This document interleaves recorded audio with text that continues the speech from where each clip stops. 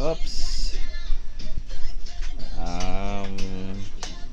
Sinambangan naman ng pag-ayos. Walang mga experience.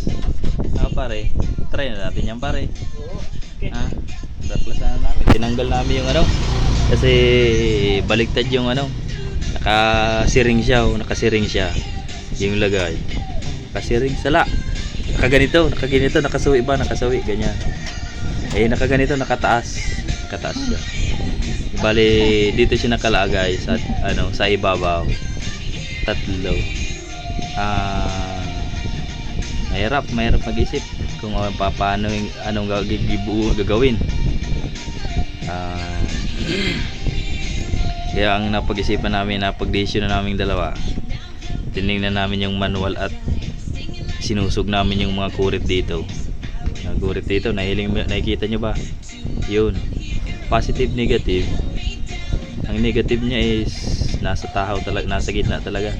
Tahaw na lang Kaya siya na kayo masyado tayong lawi magtaram ng Tagalog hindi tayo marunong yan kunti lang. So, pare. Dati, di ba?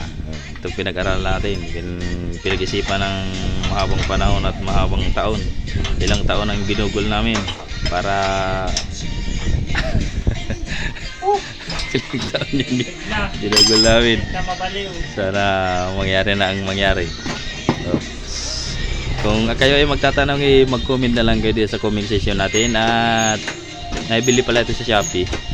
Kung sakali naman na kung kayo ay gusto nyong, kung may sira kayong e-bike, gawin na lang nyo ay bili lang kayo sa ano, order lang kayo sa Shopee ng ganito. Tapos kunin nyo lang yung mga sensor nito dito sa may gilid. 3 piraso yun. Bali positive, negative lang laging nandoon. Sa camping wala. Kaliwa bubo talaga. Camping kaliwa. Tapos naman yung negative niya is nasa gitna. Dito sa likod nasa gitna yung negative niya. Ay, yung negative niya nasa gitna. Saka naman sa playo dito naman sa ano, polarity naman dito. Yung dilaw, blue at green.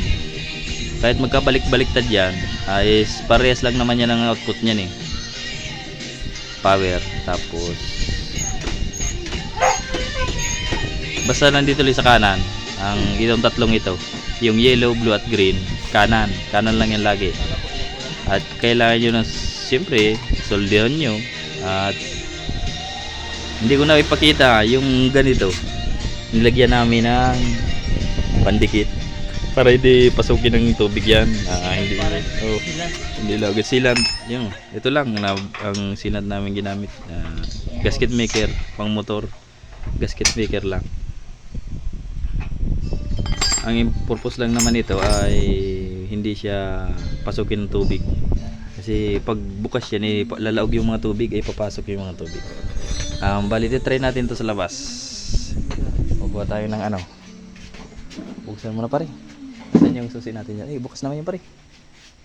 Bukas mo na yung daan natin, yung gate natin pare. Dandaanin mo lang, baka kasi masyadong maribok yan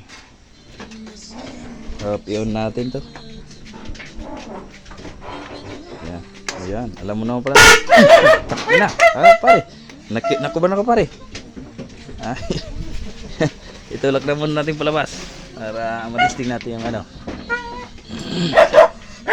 Huwag ka dyan nakakapot. Try mo pare. Ayan, testing mo pare.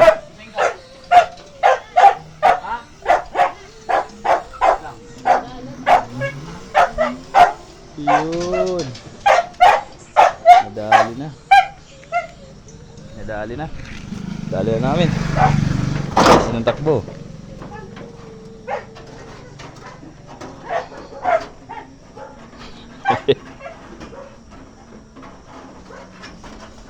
Nadali na namin yung takbo. Ayos na. Okay na. Uy, satisfy customer na naman. Satisfy customer na naman mga boss. Oops. Try ko nga. Ako nga magta-try. Yun. Oh, ang galing talaga.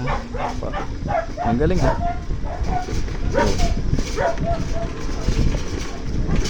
Oh, ang galing talaga. Mabilis na siya eh.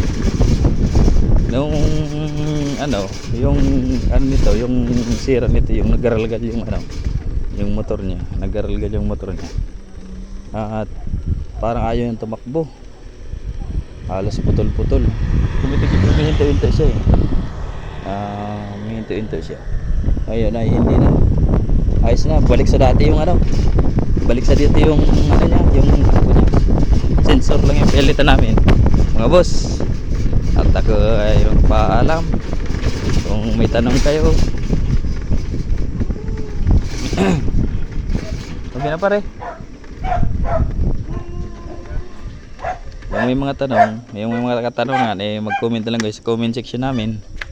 Para kung sakaling maturuan kayo. Pare. Kung sakaling maturuan pare. Shout out kay pare. Kahit madilim na tinira pa namin. Wala akong shout out. Shout out. Shout out kay agam niya sa laging hadit sa iya. Pare, shout out muna pare. Shout out kay Ago. Okay, thank you mga boss.